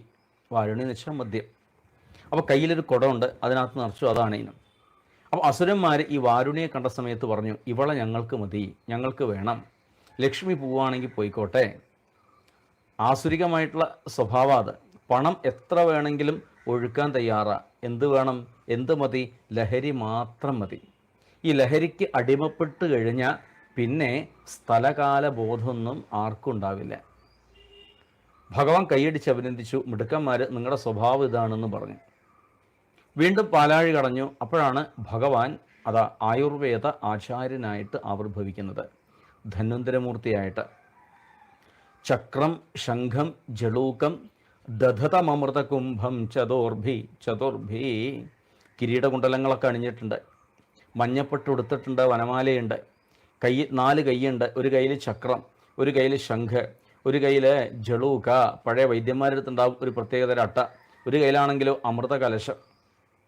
ഇത് കാണേണ്ട മാത്രയിൽ ഈ വാരുണി സേവിച്ച ഈ അസുരന്മാരെന്താ ചെയ്തെന്ന് വെച്ചാൽ ഒറ്റ കുതിപ്പിന്നെ ഭഗവാന്റെ കയ്യിൽ നിന്ന് ഈ അമൃത കലശം തട്ടിയെടുത്താണ്ട് ഓടിപ്പോയി. ദേവന്മാർക്ക് സങ്കടമായി, ഒരുമിച്ച് പ്രയത്നിച്ചു. പക്ഷേ ഫലം വന്ന സമയത്ത് ഇവന്മാർ കൊണ്ടുപോയില്ലേ, അതാണ് വലിയൊരു സങ്കടം. ഭഗവാൻ പറഞ്ഞു, നിങ്ങൾ വിഷമിക്കൊന്നും വേണ്ട, അവർ അമൃത് കൊണ്ടുപോയി എന്നല്ലാതെ അവരെ കൊണ്ട് ഒന്നും ചെയ്യാൻ പറ്റില്ല. ദേ അങ്ങോട്ട് നോക്കൂ എന്ന് പറഞ്ഞിങ്ങനെ കാണിച്ചു കൊടുത്തു. അപ്പോൾ എന്താ ഈ കാണുന്നത്? കണ്ടതെന്താ വെച്ചാൽ ഈ അസുരന്മാർ തമ്മിൽ കലഹിക്കുന്ന ഒരു ചിത്ര. അഹംപൂർവം, ഞാനാദ്യം എന്നും പറഞ്ഞ് അവർ തമ്മിൽ ഇങ്ങനെ കലഹിക്കുന്ന ഒരു ചിത്രമാണ് അവിടെ കാണാൻ സാധിച്ചത്. പെട്ടെന്ന് ഭഗവാന്റെ രൂപം കെട്ട് മാറി. ഏതസ്മിൻ അന്തരേ വിഷ്ണു സർവോപായ വിധീശ്വര യോഷിത് രൂപം അനിർദ്ദേശ്യം ദധാര പരമാത്ഭുതം. യോഷിത് രൂപം. ആരെ യോഷിത് രൂപം? യോഷിത്ത് എന്ന് വെച്ചാൽ സ്ത്രീ എന്നർത്ഥം. അപ്പോൾ യോഷിത്ത് രൂപം എടുത്തിരിക്കുന്നത് ആരാ? ഏതസ്മിൻ അന്തരേ വിഷ്ണു. അപ്പോൾ ഏവരുടെയും ഉള്ളിൽ നിറഞ്ഞിരിക്കുന്നതായ സാക്ഷാൽ നാരായണനാണ് ഇന്ന് മോഹിനിയായിട്ട് അവതരിച്ചത്. തൻ്റെ നവയൗവന കാന്തിയെ പ്രകാശിപ്പിച്ചുകൊണ്ട് അസുരന്മാരുടെ ഇടയിലേക്ക് അങ്ങോട്ട് നടന്നു. അസുരന്മാർ നിശബ്ദമായിട്ട് ഈ മോഹിനിയെ തന്നെ നോക്കി, ആരാണാവോ, എവിടുന്നാണ് വരണത്? ചിലരൊക്കെ പുറകെ പോയിട്ട് ചോദിച്ചു, എന്താ പേര്, എവിടുന്ന് വരണോ, എന്താ ഇപ്പോൾ വേണ്ടത്, ഇവിടെ വന്നതിൻ്റെ ഉദ്ദേശം എന്താണാവോ? ഇനി നീ വരുന്ന സമയത്ത് ഞങ്ങൾ തല്ലുകൂടുന്നത് കണ്ടിട്ടുണ്ടാവാം, അത് ഞങ്ങളുടെ ജന്മസ്വഭാവം, അത് മറക്കാൻ പറ്റില്ല, മായ്ക്കാൻ പറ്റില്ല. അതുകൊണ്ടാണ്. ഇനി എന്തിനു വേണ്ടിയിട്ടാണ് തല്ലുകൂടിയത്? വിഭജസ്വ, ഈ അമൃതകലശം ഭാഗിക്കാൻ വേണ്ടിയിട്ടാണ് നമ്മൾ തല്ലുകൂടിയിരിക്കുന്നത്. അപ്പോൾ നീ എന്താ വേണ്ട വെച്ചാൽ, നിന്നെ ഞങ്ങൾക്ക് നല്ല വിശ്വാസമായി, ഇത് നീ തന്നെ ഞങ്ങൾക്ക് ഭാഗിച്ചു തരിക. ഭഗവാൻ ഇത് കേട്ടപ്പോൾ ഒന്ന് ചിരിച്ചു. അവരെ നോക്കി കുറച്ചു നേരം ചിരിച്ചു.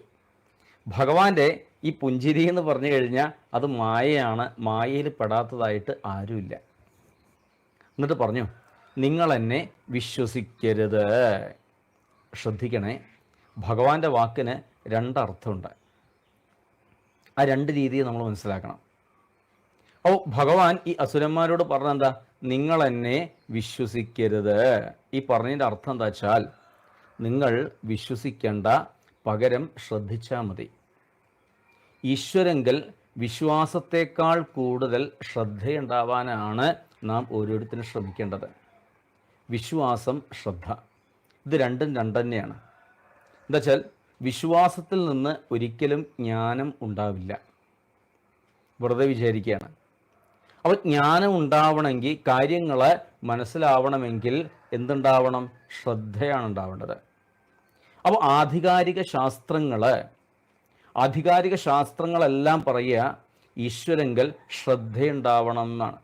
ഇപ്പോൾ ഭാഗവതം നോക്കൂ, എത്രയോ ഉപദേശങ്ങൾ നമുക്ക് കേൾക്കാനുണ്ട്. രാമായണത്തിൽ കുറേ ഉപദേശങ്ങളുണ്ട്. അവിടങ്ങളിലൊക്കെ വിശ്വാസം എന്ന പദം നിങ്ങൾക്ക് കാണാൻ സാധിക്കില്ല. എന്തേ കാണാൻ സാധിക്കുകയുള്ളൂ? ശ്രദ്ധ എന്ന് മാത്രമേ കാണാൻ സാധിക്കുള്ളൂ. അപ്പോൾ ഈ മോഹിനിദേവി പറഞ്ഞതിൻ്റെ അർത്ഥം എന്താ വെച്ചാൽ, ശ്രദ്ധയുണ്ടാവുക, അതീവ ശ്രദ്ധയുണ്ടാവുക. ഇപ്പോൾ നമ്മൾ തന്നെ ഈ പറയുന്നിടയ്ക്ക് എത്ര തവണ പറഞ്ഞു ശ്രദ്ധിക്കണേ?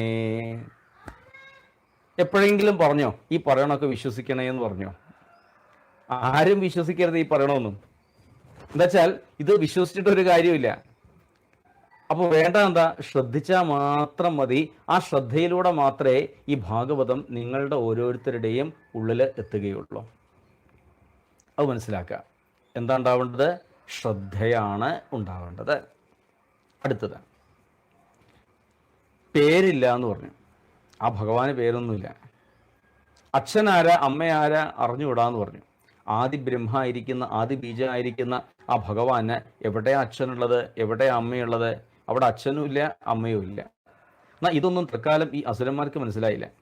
പിന്നീട് ഭഗവാൻ പറഞ്ഞത് വെച്ചാൽ ഇതെനിക്ക് ഭാഗിക്കാനില്ല, ഒരാൾക്ക് ഇത്ര ഒരാൾക്ക് ഇത്ര എന്ന് പറഞ്ഞു കൊടുക്കാനൊന്നും എനിക്ക് അറിഞ്ഞൂടാ, എനിക്ക് ഇഷ്ടമില്ല. അതൊന്നും നിങ്ങളൊരു കാര്യം ചെയ്യും, നിങ്ങൾ ഭാഗിച്ചെടുത്താൽ മതി, ഞാൻ ഒക്കെ നോക്കിക്കൊണ്ടിരുന്നോളാന്നാണ്.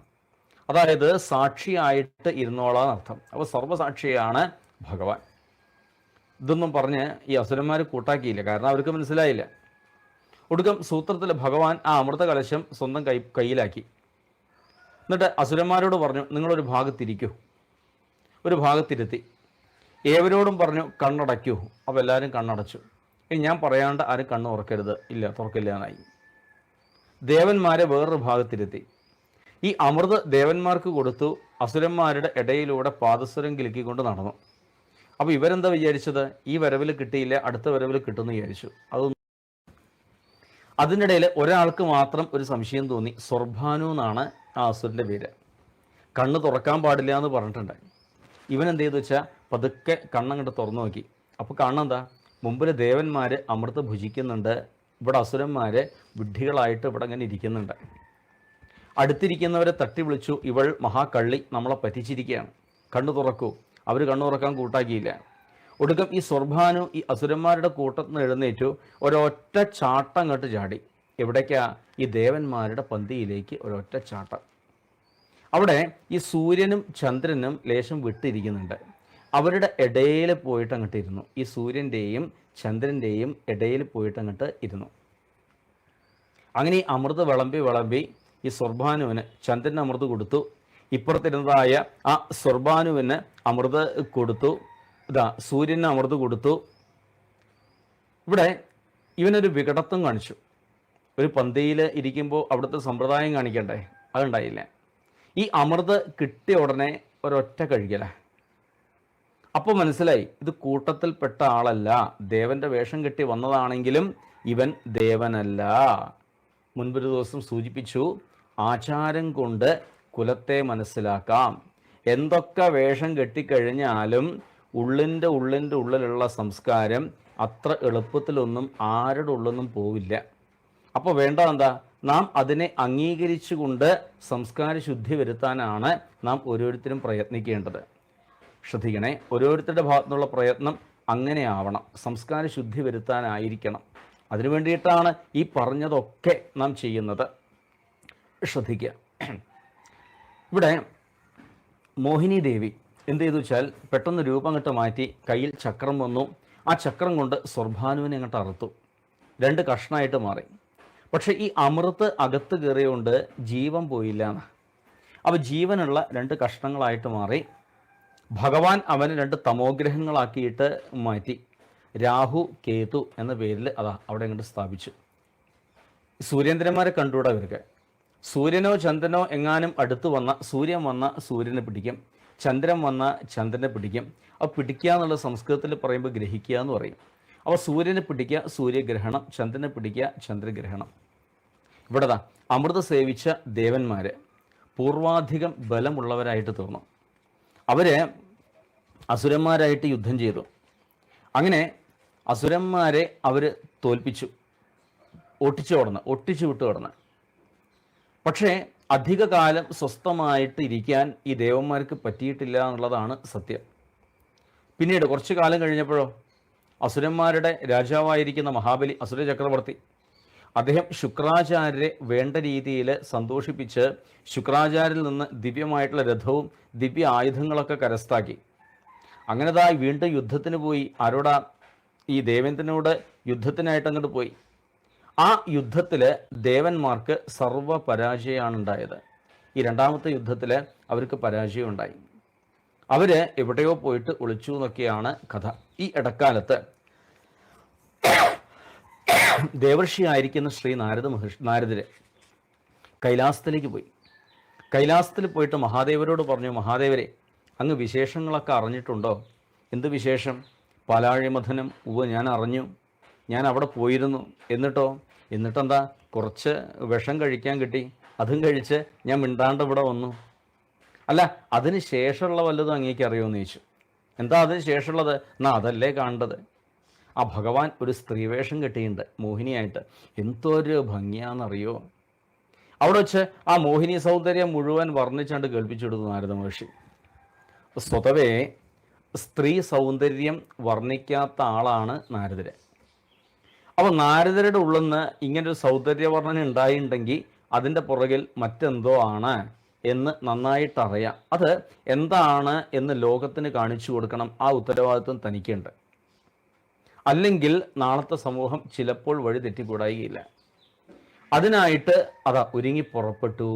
ഇവിടെ ശ്രദ്ധിക്കണേ, ഒരുങ്ങി പുറപ്പെട്ടു ഇവിടെ മഹാദേവര്. പാർവതി ദേവി ചോദിച്ചു, എങ്ങട്ടാ? വൈകുണ്ഠത്തിലേക്ക്. എന്തിനാ? ഭഗവാന്റെ ഒരു സ്ത്രീവേഷമുണ്ട് കാണാൻ വേണ്ടിയിട്ടാ. എന്നാ ഞാനും ഉണ്ട്, പോന്നോളാൻ പറഞ്ഞു. മക്കൾ പറഞ്ഞു ഞങ്ങളും ഉണ്ട്, ഭൂതഗണങ്ങൾ പറഞ്ഞു ഞങ്ങളും ഉണ്ട്. അവസാനം എല്ലാവരും കൂടി വൃഷം ആരുഹ്യ ഗിരിശ സർവഭൂതഗണൈ വൃത സഹദേവ്യായയോ ദൃഷ്ടം തത്രാസ്തേ മധുസൂദന. ആ പദങ്ങൾ ശ്രദ്ധിക്കണേ. വൃഷം ആരുഹ്യ, വൃഷത്തിൻ്റെ മുകളിൽ കയറിയിട്ട്. ഇനി വൃഷം എന്താണ് എന്ന് ഭാഗവതം മുമ്പൊരിക്കൽ പറഞ്ഞിട്ടുണ്ട്. ധർമ്മോസി വൃഷരൂപദൃക്ക്. ധർമ്മത്തെയാണ് കാളയുടെ ആകൃതി ചിത്രീകരിക്കുന്നത്. എവിടെ ധർമ്മമുണ്ടോ അവിടെ ഈശ്വരനുണ്ട്, അവിടെയേ ഈശ്വരനുള്ളൂ. മനസ്സിലാക്കുക. അപ്പോൾ ഇവിടെ സർവഭൂതഗണൈഹി വൃത, എല്ലാവരും കൂടി ചേർന്നിട്ടാണ് പോണത്. നേരെ വൈകുണ്ഠത്തിലെത്തി. ആ ഭഗവാൻ ചോദിച്ചു, എന്താണാവോ ഇപ്പം എല്ലാവരും കൂടി ഇങ്ങോട്ട് പോകുന്നതിൻ്റെ രഹസ്യം? അല്ല ഭഗവാനെ, അങ്ങ് ഒരു അവതാരം എടുത്തു എന്ന് പറഞ്ഞു കേട്ടു മോഹിനിയായിട്ട്. അതൊന്ന് കാണാൻ വേണ്ടിയിട്ടാ. അയ്യോ മഹാദേവരെ, അതാ വിഡ്ഢികളായിരിക്കുന്ന അസുരന്മാരെ പറ്റിക്കാൻ വേണ്ടിയിട്ട് ഇങ്ങനൊരു വേഷം കെട്ടിയെന്നല്ലാതെ അതിലപ്പുറം ഒന്നുമില്ലല്ലോ. അതൊന്നും പറഞ്ഞാൽ പറ്റില്ല. ആ രൂപം കാണണം, കണ്ടേ മതിയാവുള്ളൂ. നിർബന്ധമാണോ? അതെ, എന്നപ്പോൾ കാണിച്ചതാ പറഞ്ഞു. ഇനി നമ്മുടെ ചെറിയ ബുദ്ധി കൊണ്ട് ചിന്തിച്ച് കഴിഞ്ഞാൽ ഒരു പുരുഷൻ സ്ത്രീവേഷം കെട്ടണമെങ്കിൽ കുറച്ച് ബുദ്ധിമുട്ടുണ്ട്. അങ്ങനെ ഒരു പുരുഷൻ സ്ത്രീവേഷം കെട്ടിയിട്ടുണ്ടെങ്കിൽ ഒരു കാര്യം ഉറപ്പാ, സ്ത്രീകളെക്കാൾ സൗന്ദര്യം ഉണ്ടാവും. ഇനി ആധ്യാത്മിക തലത്തിൽ ചിന്തിച്ചാൽ ഒന്ന് ചോദിച്ചോട്ടെ, ഈശ്വരൻ ആണാണോ? അല്ല. ഈശ്വരൻ പെണ്ണാണോ? അതുമല്ല. നപുംസകമാണോ? അതുമല്ല. ഇതൊക്കെ ആർക്കേ ഉള്ളൂ? ഈ ആൺ പെൺ വ്യത്യാസമൊക്കെ സാധാരണ ഈ ലൗകിക ദൃഷ്ടിയിൽ മാത്രമേ ഉള്ളൂ. ഇത് വിട്ടുകഴിഞ്ഞാൽ, ഈ ദേഹബോധം വിട്ടാൽ പിന്നെ അവിടെ ആണെന്നോ പെണ്ണെന്നോ ഇങ്ങനെയുള്ള ഭേദമൊന്നുമില്ല. ഇതിപ്പോൾ നമുക്ക് മനസ്സിലാവാൻ വേണ്ടിയിട്ട് കഥയെ ഇങ്ങനെ കൊണ്ടുപോകണമെന്ന് മാത്രമേ ഉള്ളൂ. പെട്ടെന്ന് മഹാദേവര് ഏതോ ഒരു ഉദ്യാനത്തിൽ എത്തിപ്പെട്ട പോലെ തോന്നി. നല്ല സുഗന്ധം വഹിച്ചുകൊണ്ട് കാറ്റിങ്ങനെ വീശുണ്ട്. ഒന്ന് ശ്രദ്ധിച്ചപ്പോഴോ, തതോ ദദർശോപവനേ വരസ്ത്രിയ വിചിത്ര പുഷ്പാരുണപല്ലവദ്രുമേ വിക്രീഡതിം കന്തുകലീലയാലസൽ ദുകൂല പര്യസ്തനിതംപമേഖലാം ആവർത്തനോത്വർത്തന കമ്പിതസ്തന പ്രകൃഷ്ടഹാരോരുഭരൈഃ പതേ പതേ പ്രഭജ്യമാനാം ഇവ മദ്യതശ്ചലൽ പദപ്രവാളം നയതിം തതഃ തഥാ. എന്തൊന്നില്ലാത്തൊരു സൗന്ദര്യം. ആ മോഹിനിദേവി വരുന്നുണ്ട്. എങ്ങനെയാണ് വരണേ? കയ്യിലൊരു പന്തുണ്ട്. ഈ പന്ത് ഇങ്ങനെ തട്ടി തട്ടി തട്ടി തട്ടി തട്ടി കളിച്ചുകൊണ്ടാണ് വരുന്നത്. ഇത് വെറും പന്തല്ല. എന്ത് പന്താകുന്നു? മനക്കന്തുക.